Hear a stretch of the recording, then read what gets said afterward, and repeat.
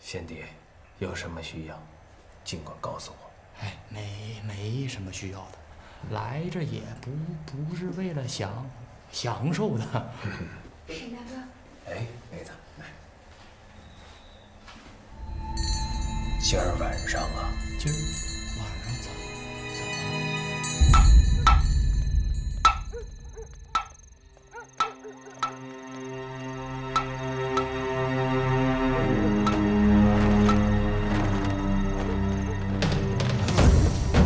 刺客有刺客，快抓刺客！抓刺客呀！那边，快抓刺客！快点，抓刺客在那边，有刺客！抓刺客！快，那边有刺客，都过来！截住他们！有刺客，快抓刺客呀！抓刺客！快！站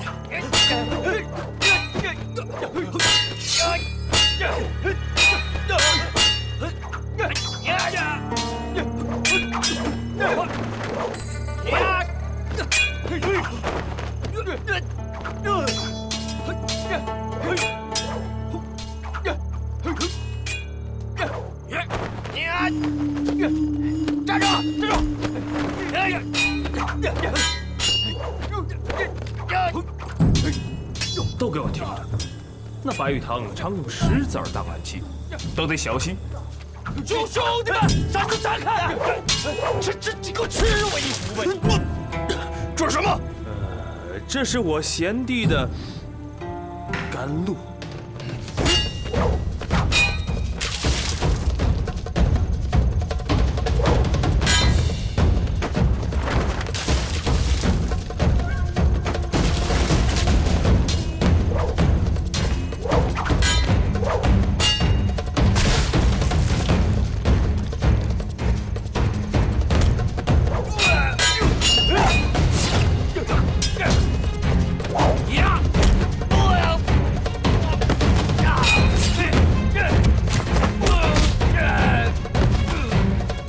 都给我闪开！让小女子来会会这个贼人！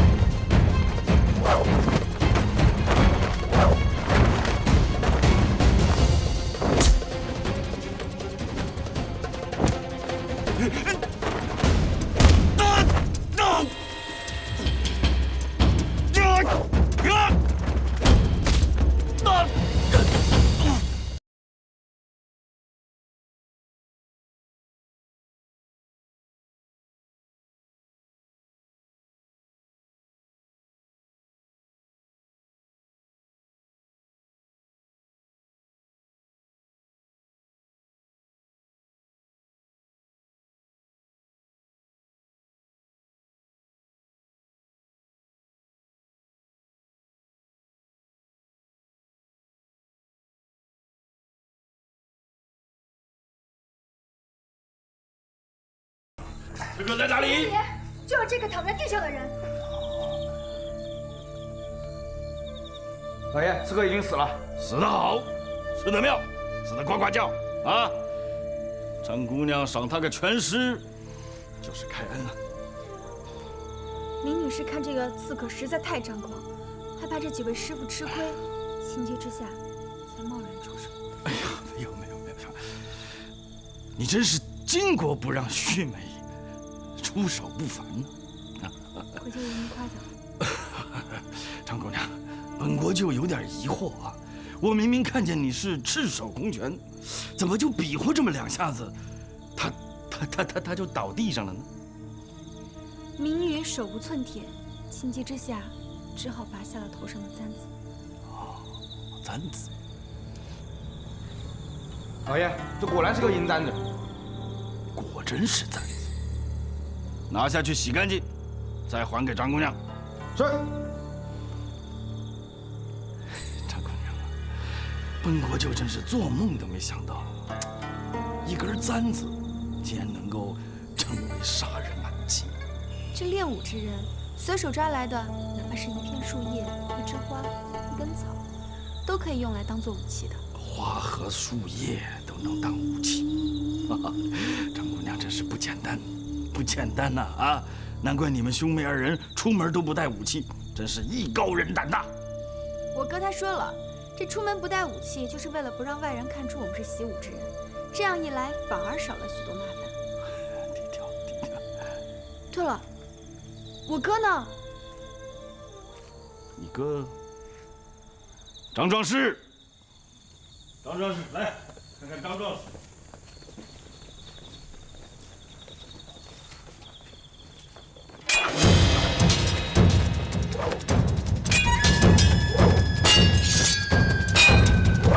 哥，小心啊！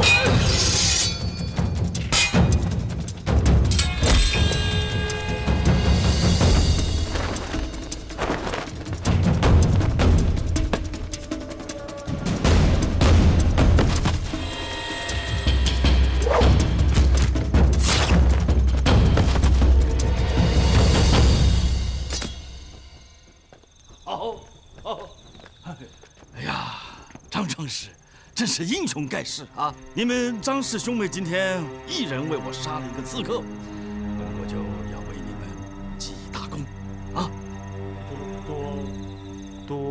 多谢张壮士，还有张家妹子。禀国舅爷，2个刺客已经被收拾掉，望国舅爷放心回去休息，现在已经安全了。啊，对，来散了，都散了啊！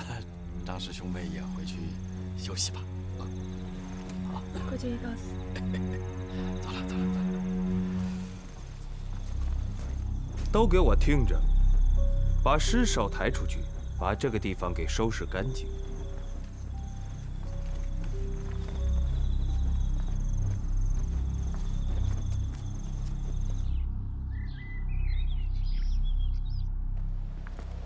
请国舅爷放心，只要姓郑的还在历城，属下就一定能找到他的位置，将他连根铲除，不留后患。去账房支100两银子，告诉师爷，这是公差盘缠。多谢国舅爷，属下告辞。快去快回。是。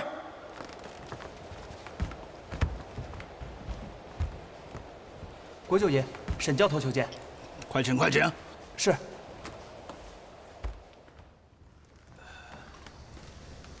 见过国舅爷。什么事啊？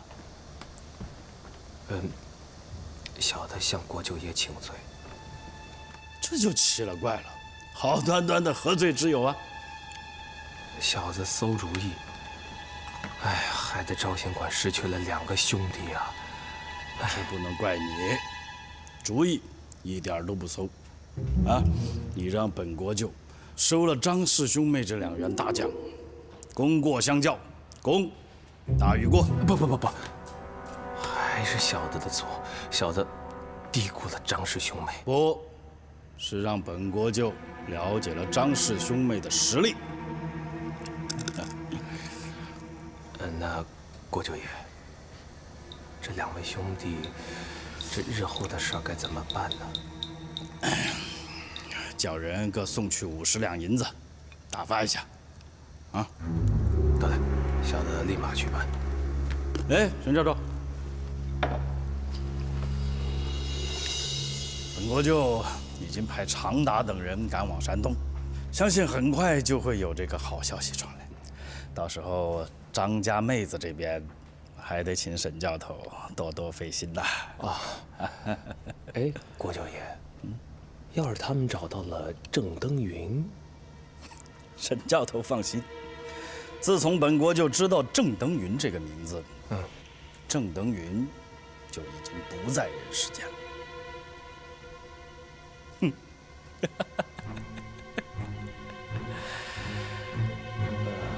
国舅爷，小的有一事想向国舅爷禀告。讲来。国舅爷，那个张邯呐，是个牛脾气的人，爱钻牛角尖。他妹子呢也没有见过大世面，所有的事情都听他哥哥的。你是担心？我是担心这件事情做得过于直白之后，让张邯生了脾气，钻了牛角尖，误会了国舅爷的美意呀。那以沈教头之见，小的认为啊，这2天啊，我看到夫人呐，整天郁郁寡欢，闷闷不乐。哎，不如这样，把这张姑娘放在夫人身边伺候。这张姑娘去了夫人那边，我怎么办呢？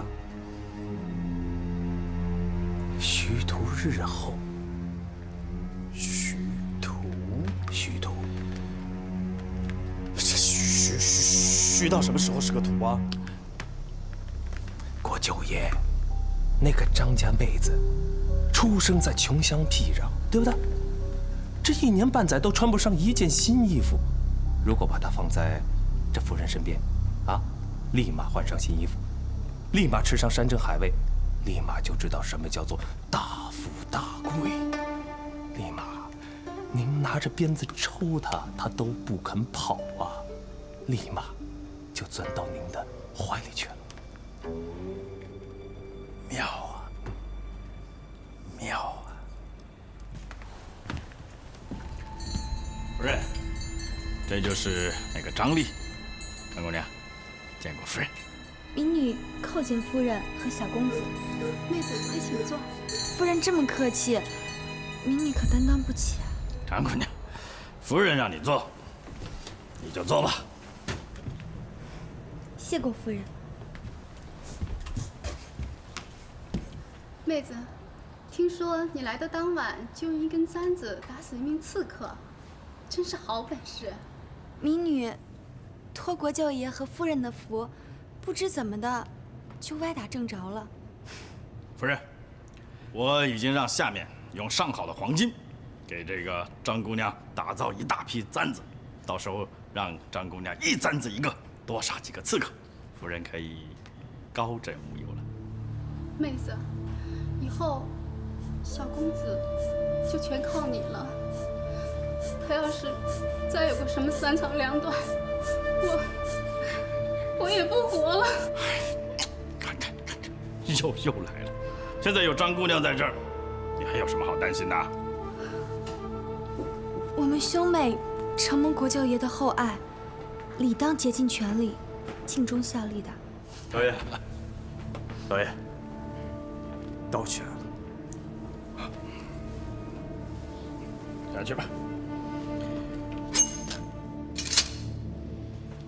这把刀虽然说不上是削铁如泥，但是一般的宝剑还是伤不了的。今日本国舅把这把刀赠送给张姑娘，望张姑娘以后用它多杀刺客，好好保护一下夫人和公子。多谢国舅爷。人家都说宝剑赠英雄，红粉送佳人。今日本国就反其道而行之，把宝剑赠送给张姑娘这位佳人。张家妹子本来就是巾帼英雄，岂能跟一般的佳人相提并论？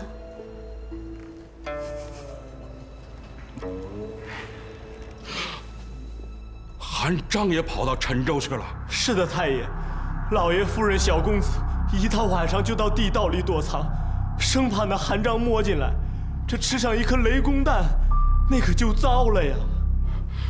你回去传本太师的话，就是再艰难困厄，也要守在陈州。是的，老爷明白，只要过些时日，天下太平。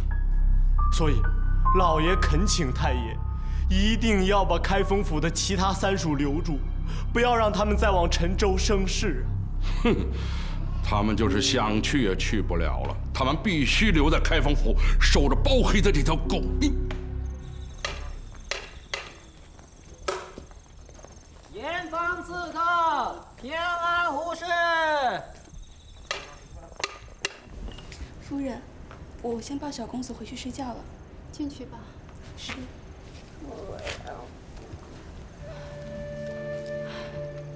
只要一到晚上，我就心惊肉跳，坐卧难安。这里如此之混乱，夫人为什么不带着小公子回东京去呢？我早就想回去，可是，一言难尽。夫人，这时候也不早了，您还是早些休息吧。再坐一会儿吧，反正一个人也睡不着。这国舅爷这么晚了，怎么还没回来？1个月里，他要是能有2个晚上回来，我就烧高香了。这国舅爷真是公务繁忙，废寝忘食，实在是很辛苦。他要真的是在操劳公务，还好，只怕此时又在百花楼内跟哪个妖精鬼混。百花楼，妹子，你以后找婆家，一定要睁大眼睛。那有钱没钱，吃好吃坏，都无关紧要。千万不要被所谓的锦衣玉食的纨绔子弟迷住了，到时候又叫你怄不完的酸气。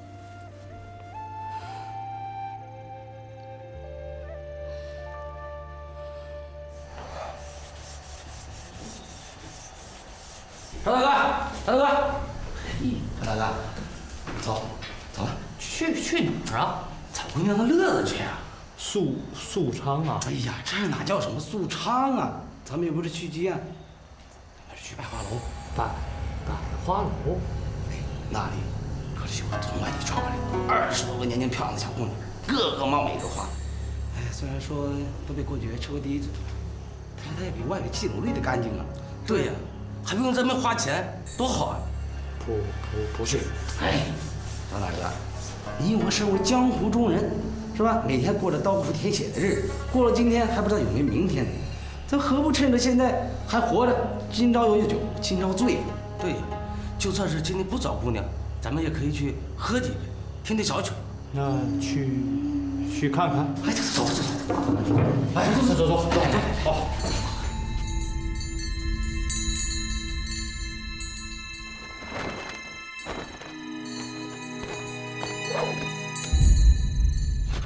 抓刺客！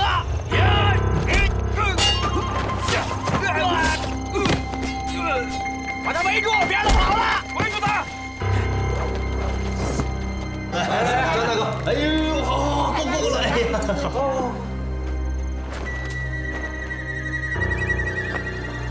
都注意了，已经夺命的刺客又来了！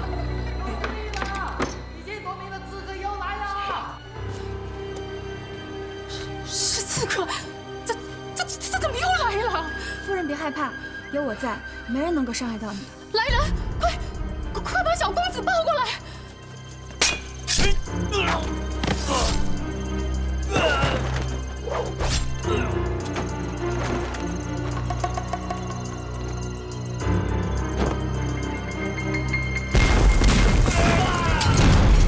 大家小心，是雷公蛋的韩章也来了。是他，是那个韩章，快下地道！雷公蛋，是韩章，快走！走。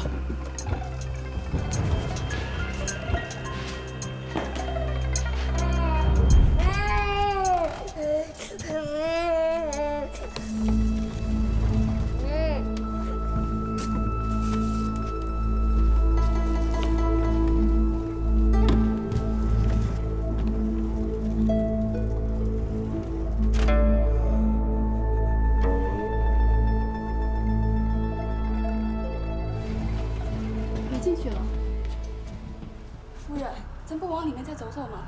不了，我怕见那人。哪个人？不知从哪里抓来的一个后生，刚开始的时候还叫喊骂人，后来不叫不骂，瞪着眼珠子，死死地把人盯着，那眼光像锥子，插得人心里阵阵的起寒意。是什么人，非要关在这暗无天日的鬼地方？我也不知道，我问过他，他不说，他叫我别管闲事儿。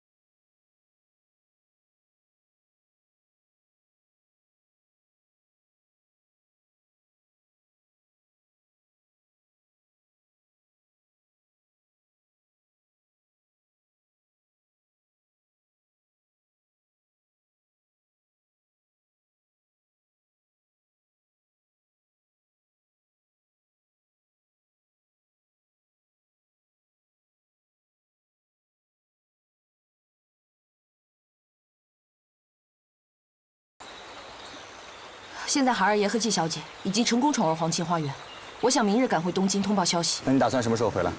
没有别的耽搁，5日之内便可赶回。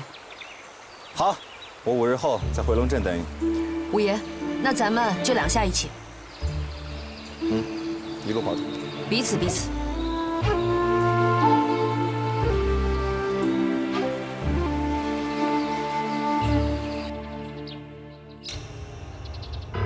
来呀，带包世荣。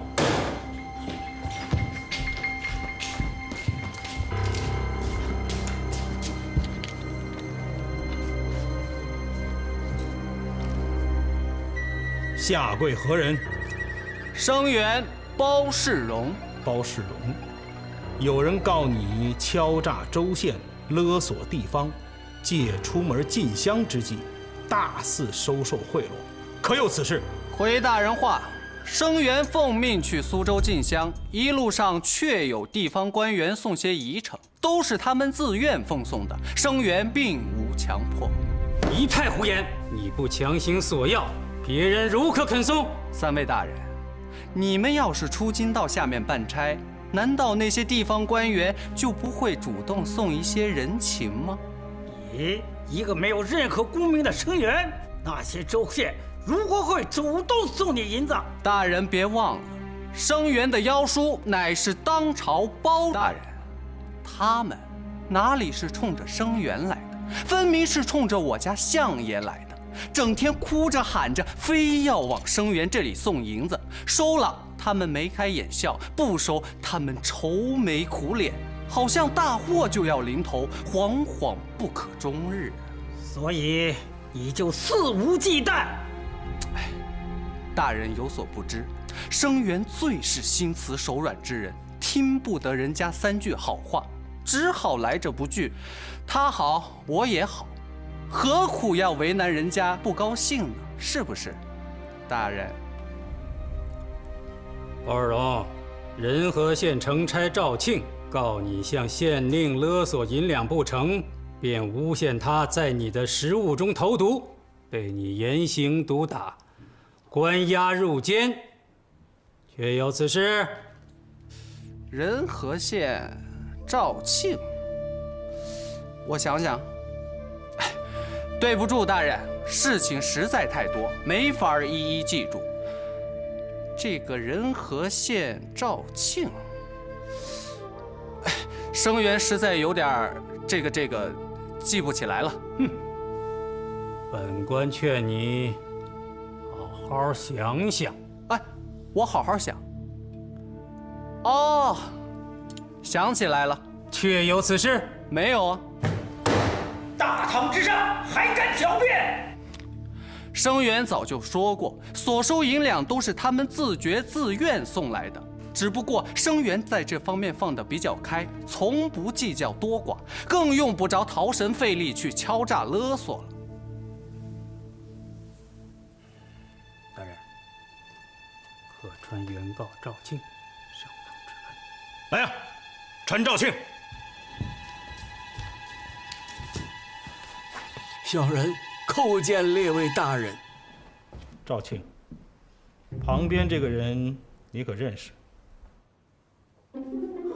回大人，他便是勒索不成，诬陷小民投毒，将小民毒打头狱的包三公子包世荣。求大人给小民做主啊！列位大人，生源记起了。这人就是在驿站内给生源食物中投毒的赵庆，幸亏生源发现及时，不然早被此贼害死了。包世荣，他与你无冤无仇，为什么要投毒害你？这个什么这个的，快讲！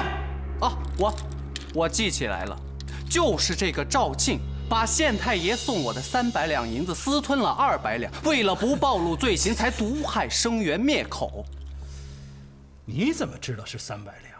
大人有所不知，生源这次出来，凡是来送银子的，县里最低是300两，州里最低是500两，多送不限，这是众所周知的事情，不会有错的。而这个赵庆，却只送来了100两，分明是他私吞了200两。大人明鉴，我家老爷是个清官，根本拿不出那么多银两，就是那100两银子，也是东借西借凑起来的。大人如若不信，可传我家老爷前来问个明白。大人，这仁和县县令早已写好了一个呈诉，请大人过目。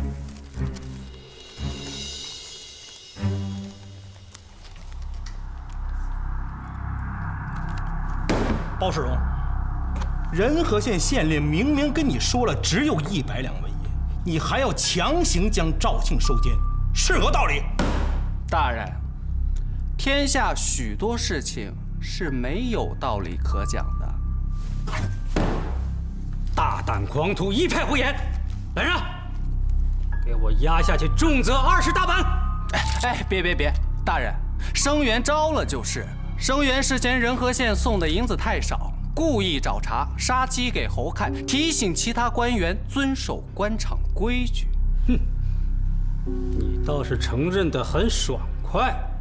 我家相爷专程派包兴给我打过招呼，大堂之上千万不要给各位大人添麻烦，凡是人家知道的都一一承认，反正后面有相爷兜着。包拯果然这般向你说过？是让包兴带信儿给生源的。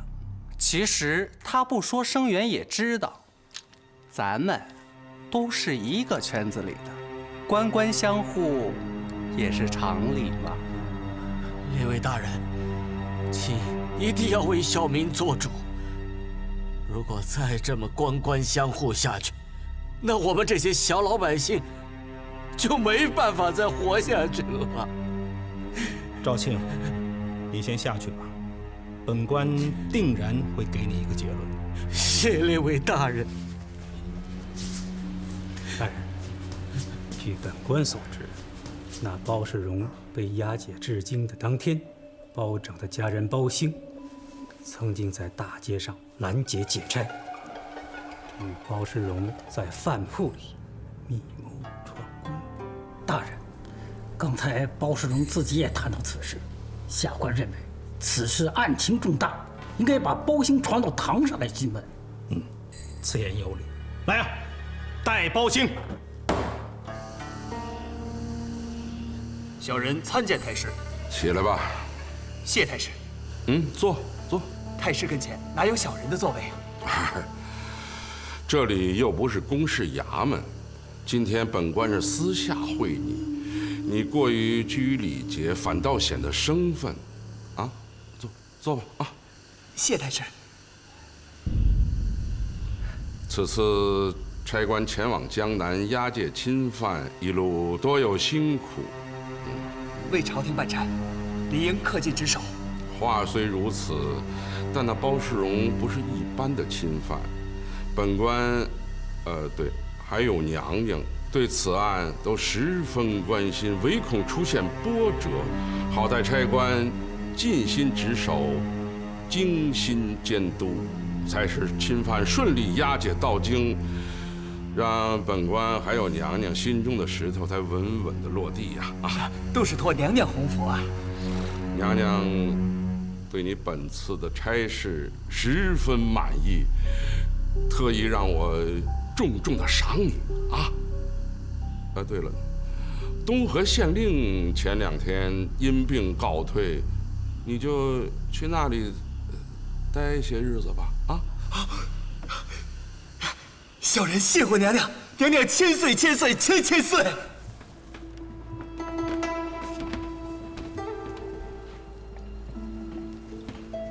相爷，您都已经赋闲在家了，就应该在家好好歇几日。您还这般日夜操劳干什么呀？施君俸禄，替君分忧，只要皇上一天不革我的职，我就得全力以赴。是。启禀相爷，王朝，大理寺派来2名衙役，说文大人要传包兴上堂问话。啊？我也没犯什么事儿，传我干什么呀？哎，包兴啊，并不是上堂之人都是犯了什么事，调查案件、询问口供，都要过堂。啊，跟了我这么久，还不明白？小人明白。记住，上得堂去，承办官问什么，只要你知道的，要如实的回答，不得有任何的隐瞒。是。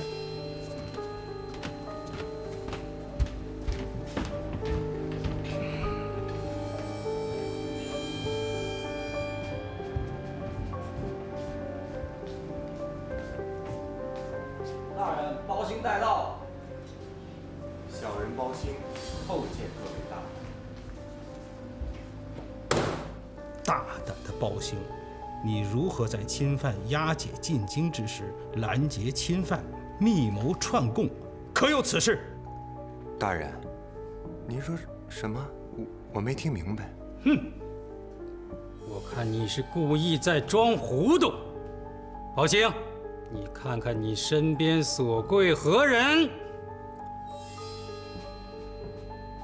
大人，小人并不认识此人。哎，包兴，我是包世荣啊，怎么连我都说不认识了？您是三公子？是啊。我和相爷离开老家也有7、8年了，当时您才10几岁，您属小的眼拙，没认出来。哎呀，你这是什么话？2天前我们还在南门内的饭铺说过话呢。三公子，您是不是记错了？我并没和您见过面。哎呀，你不是专门来告诉我说妖叔让我在大堂之上，凡是人家知道的、问到的，都一概承认，反正有相爷兜着，天塌不下来吗？我什么时候说过这等混账的话呀？是你亲口说的呀！胡说！我连见都没见过您，我怎么可能跟您说这样的话呢？一派胡言！包兴，公堂之上你还敢百般狡辩？大人，我真没见过这位三公子，还请大人明鉴。你百般狡辩，我看不给你施以重刑，你是招不了的。来人，大刑伺候！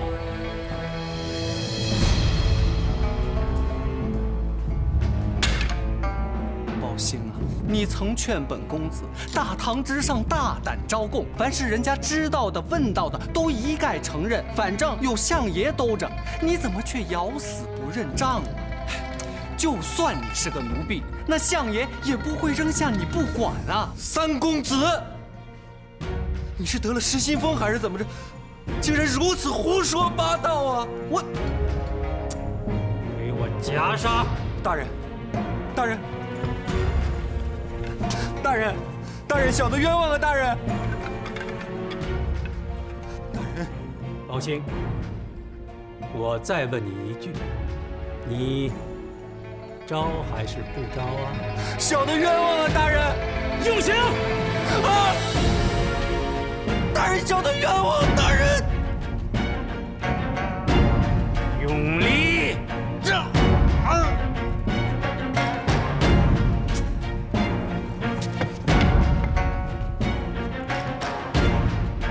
凉水泼刑！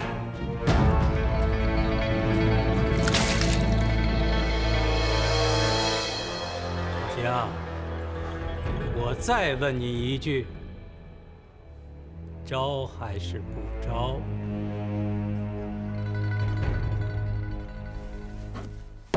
来人，换一种刑具伺候。慢着。包兴受过大刑，仍没有招认，我想其中定有隐情。大人，包世荣都已招供，这包兴拒不吐实，分明是仗着包拯的势力，根本不把我等放在眼里。他这完全是负隅顽抗，公然对抗公堂。本大人，只要我们把36种酷刑进行搬出，就不怕撬不开他的嘴。他要是受刑不过，死在公堂上，这又如何呢？大人，我看是不是这样？既然包兴与包世荣见面，是那个借差官答应，那何不传借差官上堂，一问便知？本官也有此意。来呀，传借差官。岳公子来了。我给你倒杯水啊。岳公子，大理寺那边的情况怎么样？哎呀，润口再说啊，别那么急嘛。来，奇怪，怎么奇怪法了？大理寺传唤包兴过去，指控他曾在包世荣进京当天拦截借差，还说他与包世荣单独见过面。竟有这样的事情？让我奇怪的是，包兴一口否认这事儿，包世荣却死咬着一定有这事儿。这个包三公子啊，吃错药了。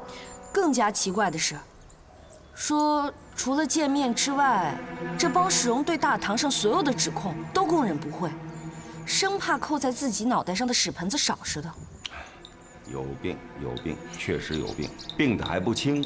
不一定，没准儿这包三公子仗着自己是纨绔子弟，以为是有相爷在上面罩着他有恃无恐。哎，天下的纨绔子弟都一个德行。岳公子还要辛苦你一趟，再返回郴州，把咱们这边的情况告诉他们。对，大哥，我觉得应该由我来陪岳公子去一趟郴州。他一个人是来回奔波太辛苦，两个人一起去呢，有2个好处：第一，我们可以互相的照顾，有个照应；第二，实在有什么情况，我们再可以分头行事。不可，任何人都可以去，唯独你不可。怎么就唯独我不可呢？那赵庆是你让人告的，现在你可是这个案子的重要人证，大理寺随时都有可能传唤你。岳公子说的对，四爷万不可轻举妄动啊！我这不是捉了个虱子往自己头上咬吗？大理寺借差郭洪叩见各位大人。郭洪，本官问你，包世荣是由你负责押解进京的吗？回禀大人，正是小人押解进京。进京之日，开封府包兴拦截过你，要求与包世荣单独会面，可有此事？